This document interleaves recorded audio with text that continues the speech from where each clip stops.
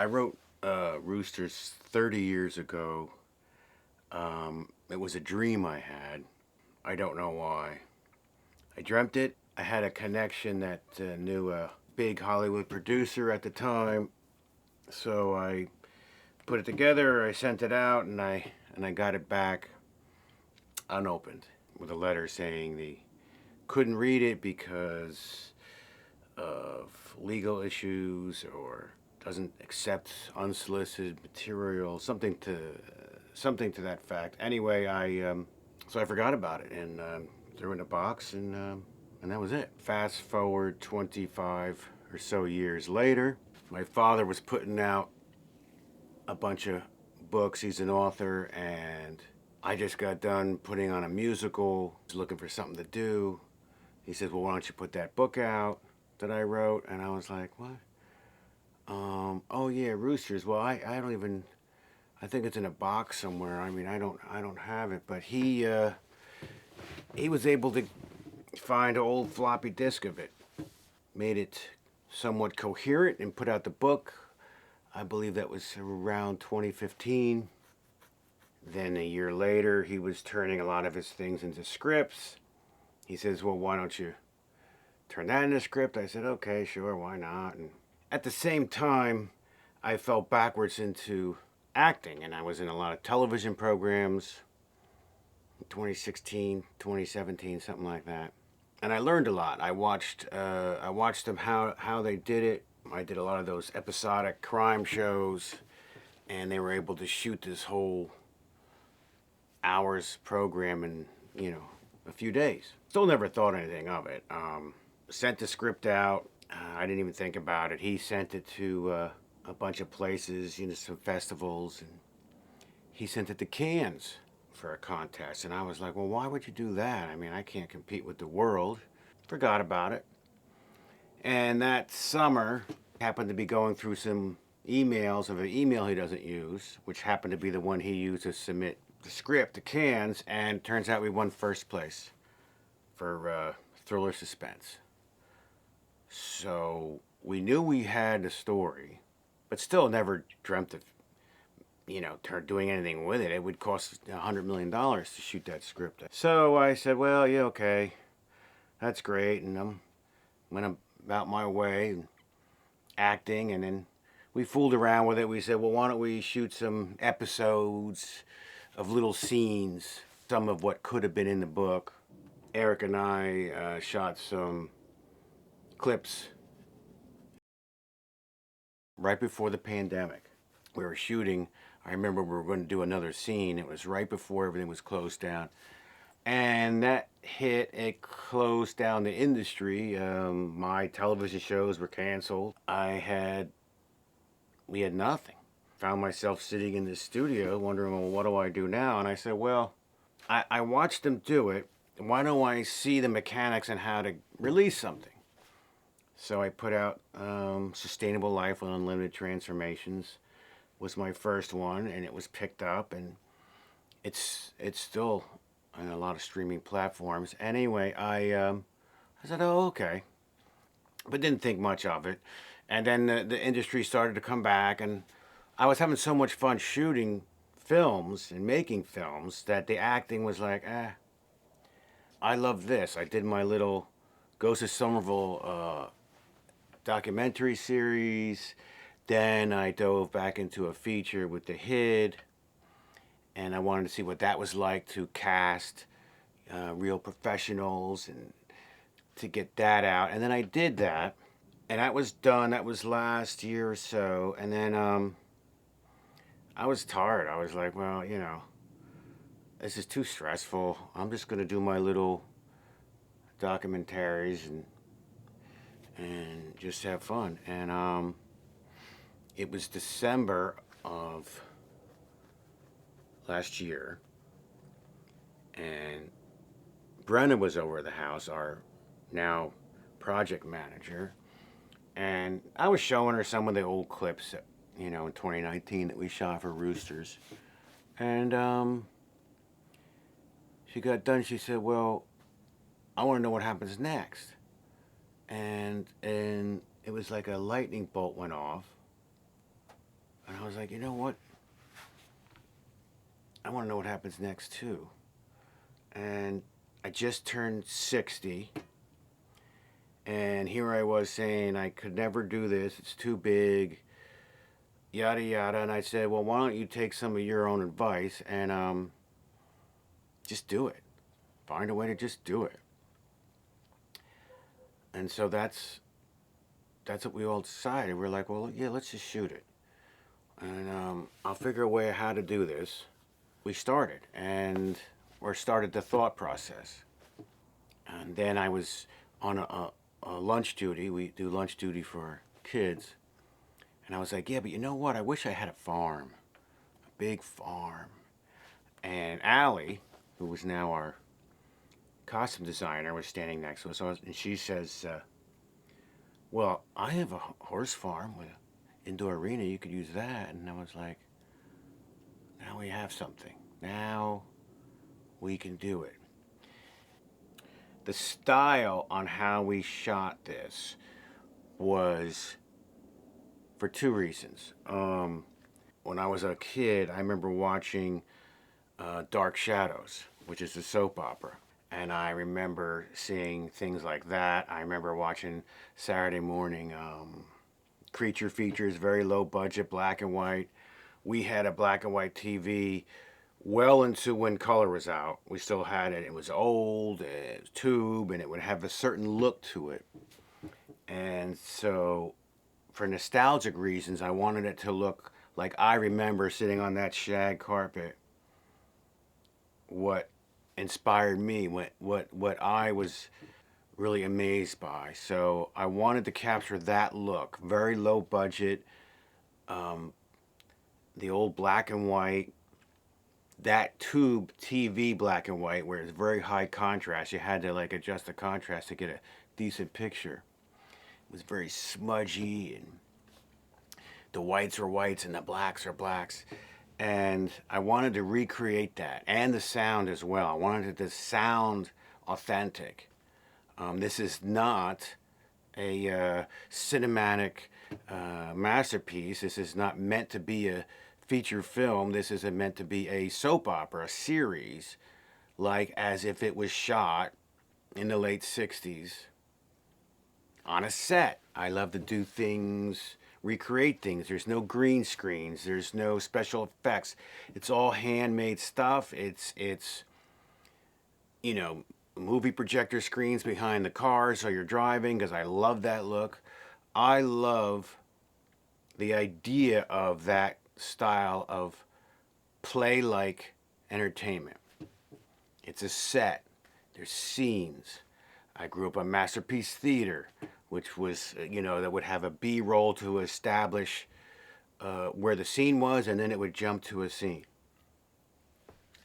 That's the purpose of it. This is what I wanted. This is on purpose to make it look like this. And the side effect to that is we get to do this very cheaply. We shoot with multiple cameras. A minimum of 3 cameras are rolling at once. So everybody has a camera. They can act to each other like they were on stage. My background is music, and I was always considered the one-take person. I love the first take that when you recorded something, you captured the mojo. I don't like to sit there all day and get things perfect. So I like to capture feel, and that's why I wanted the actors to be able to act. Not your typical movie set where they're cut, all right, now move the cameras, now we'll shoot you. I wanted them to respond, react, and always be in character, not knowing if I'm using that shot or not, which I think makes it very exciting. There's no rehearsals. We show up and go. The kids might work something out, before on a Zoom or something like that, because they're in class together. So I figured, why not? And then, but we don't rehearse. We shoot. We set up a bunch of cameras. We do a few takes. Usually they're the first takes that are the keepers. We're able to save a lot of time. The look is this is straight out of camera. I manipulate these cameras to look like this, so it's recorded as I'm not editing this. I'm not doing post-op to get this look. This is the look that comes out of the camera. We use the consumer grade cameras for the look. The cinema cameras are the B and C cameras. They're too good. So they're backups, they're shots we don't get, the shots that these cameras can't do. But for the most part, what you see out of the camera is how it was shot. That's what you're getting. I love that.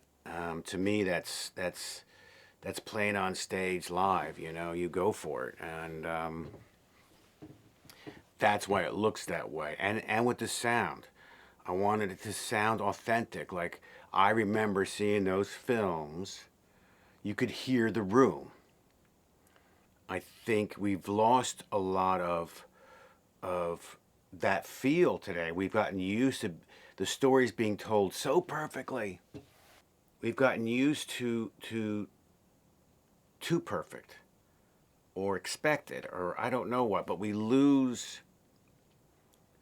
authentic feeling. I want the audience to experience this like they were sitting in the room while we shot it. Like you were at a play. You're in third row of a play and you're watching this performance in front of you on a very limited set. Everything is fake. They're all props. I believe in story and performance, not special effects and title graphics and how great it looks. I don't have time for that. I'm not a cinematographer at all. Don't claim to be.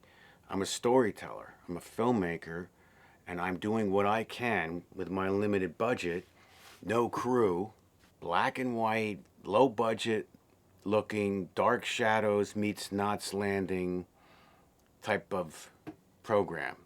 High drama, some little bit campy, a little bit ridiculous. That's what a soap opera is.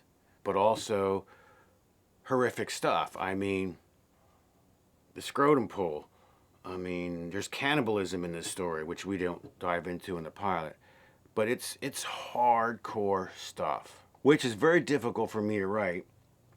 The relationship between Travis and his father, because I have nothing to draw from because my father's my best friend. So that's the most difficult. The creepy stuff is easy and fun. We have no problem doing that. We're doing the book, the story. I changed it a little bit. Obviously, I want in the book the boys are young. We made the boys young adults. All the kids are young adults instead of the old man in the general store. Could I shoot that script? Sure, but I don't have $100 million to do that script. So I needed to shoot it it worked out to shoot it like a play on small sets, just scenes to take the story through. The first season will be the book. We're going to insert a few extra things. We're going to go back in time to the origin of roosters in the 1700s. We're going to jump around. But the first season will be that. And we don't even have all the characters. The audience hasn't seen Nan yet. The audience hasn't seen Jeffrey. So there's so much more coming. We're so excited about it. I can't be more thrilled with the people that are involved. The actors are a true blessing. I mean, the talent that I'm getting to work with is amazing to me. Everyone takes it very seriously. They're into their character, and I give them the freedom to explore their character. Yes, there's a script. I manipulate each scene, each script from the original script to make it fit them. There's no casting calls, there's no auditions. I look at someone's reel or know what they can do, and then if I get to a Zoom call with them, I'll watch them speak, I'll see how they move, and that's how I do it. When Nick came in, I was looking at Nick to play another part, and he emailed me and said, "Oh, I have an emotional connection with this." So that was it for me. I was like, well, then he has to be Travis. Whatever power you say that I have, I don't want it. I want none of this. I'm telling you, I'm gonna get out, and I'm gonna leave this place once and for all. Yes, I'm going to be all right. I plan to get out of this place sooner rather than later. And I suggest you do the same. He's very dedicated. We would discuss it late night, text messaging or emailing, different ideas about the character. Really, really brings everything to it. That's not my mother! He is going to be a phenomenal star in his future, and there's no question about it. I said, well, gee, you're in class with everyone. What, is there any of your friends? He said, yeah. And he said, I have Liz. So Liz came in to play Sonny, and they knew each other, and they work beautifully together because they have history. So I was like, this is great. She's very glamorous. She reminds me of an old Hollywood movie star type of look. She brings that innocent yet very glamorous feel to the character of Sonny. Plays it perfectly. Maybe we've both been meeting the wrong people. Yes. Travis.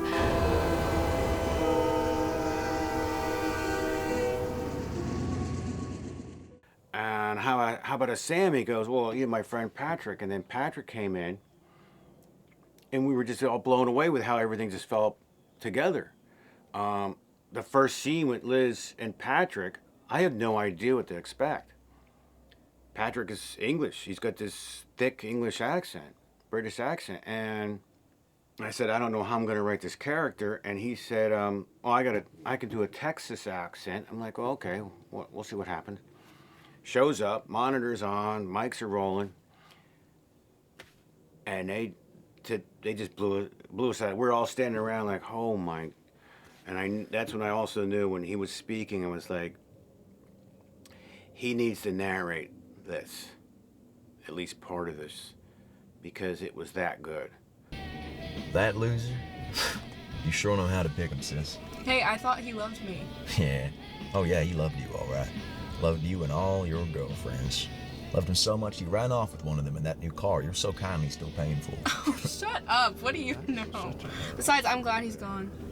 You know, whatever it took to get rid of him, it was so worth it. You're right. Hey, you know, my Prince Charming awaits me. I'm sure of it. Oh, yeah, well, and he's gonna bring you a big pot of gold and we'll all live, happily ever after, right? And it's all been a surprise. I don't really know what to expect.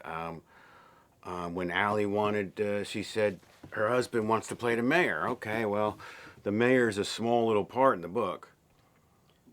What can happen? So he shows up on set and he just blew my mind. He is phenomenal. He could have his own horror show. I mean, the mayor. Oh my, is she not well?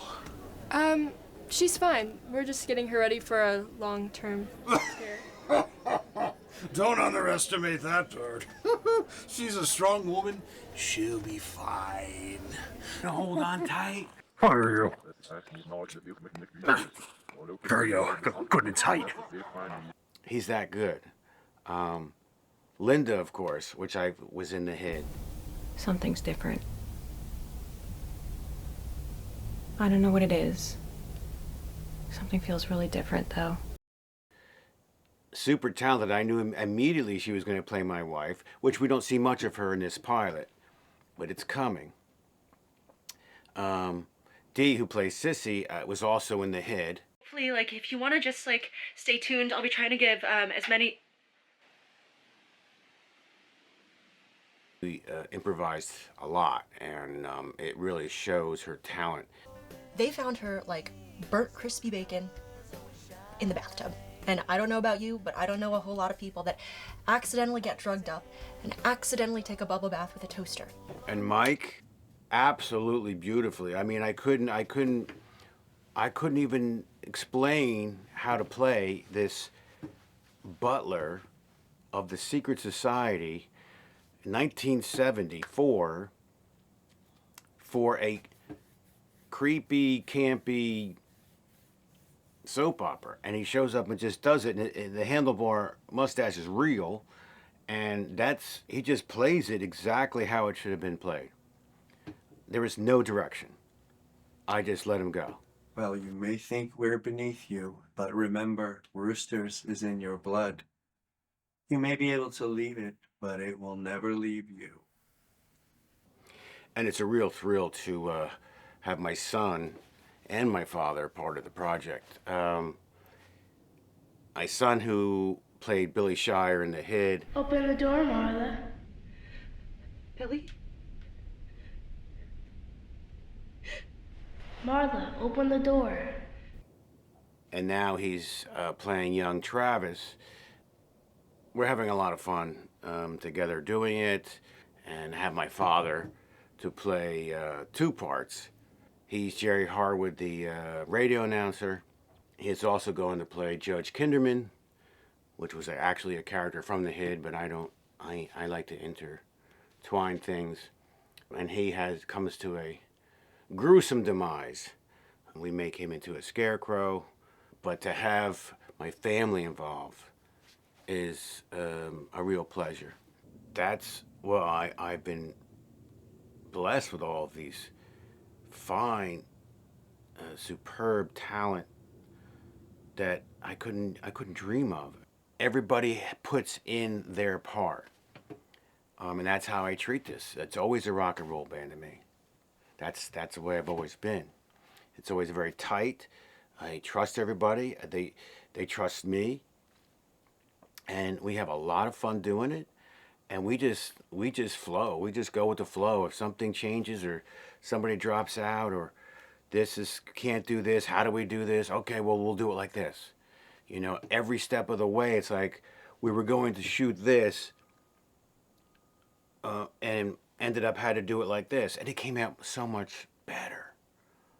The train scene was supposed to be, it was so hot we couldn't do the location. It was so hot we could not use the arena because the horses had to be in the arena. It was during the heat wave, summer. So I was like, well, how am I going to do it? So then I decided to make it more of a dreamlike thing, and that they stay in the theater together on their date, Travis and Sonny, and I love it.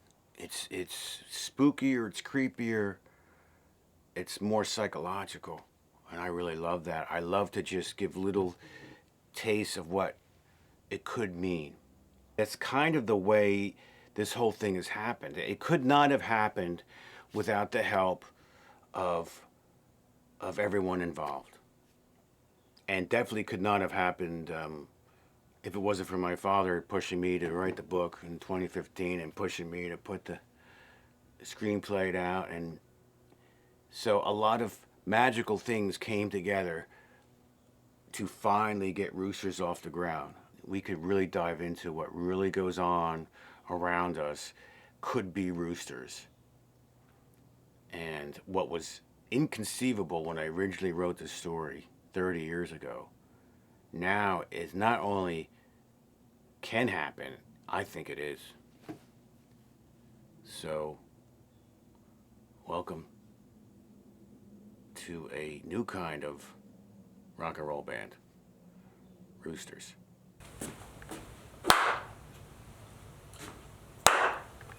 We'll clamp speed. Ready? Yeah, we're in action.